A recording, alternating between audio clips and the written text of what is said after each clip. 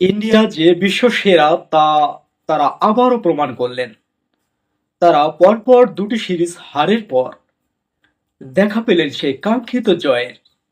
Shreyas আয়ারকে captaincy করার পর থেকে ভারত যেন রীতিমতোই হেরেই যাচ্ছিলেন।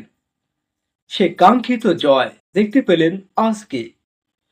3 ম্যাচের 2 ম্যাচ খেলেই তারা জিতে নিলেন কাঙ্ক্ষিত সিরিজ।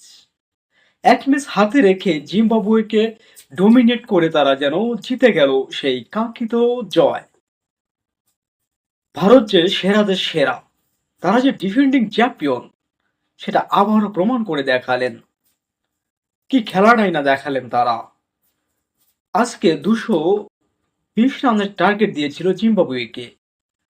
জিম্বাবুয়ে 130 রানেই গুটিয়ে গেছেন। তারা উইকেটে দাঁড়াতেই পারেননি। ইন্ডিয়ান বোলিং তোপে তারা যেন হারিয়ে গেলেন, দিশাহারা হয়ে গেলেন রীতিমতো। যারা প্রফেশনাল বোলার না, তারাও পেয়েছেন একটি দুটি তিনটি করে উইকেট। অসাধারণ খেলেছেন, অসাধারণ কামব্যাক। তাও জিম্বাবুয়ের মাটিতে গিয়ে, যেখানে রানের খরা খুবই কম। তাদের জনপ্রিয় sporting club Harare sports club, সেখানে সাধারণত রান কম হয়, পিচ একটু স্লো, কিন্তু সেখানে ইন্ডিয়া 200+ স্কোর তুলে ফেলেছেন। সত্যি বিস্ময়কর।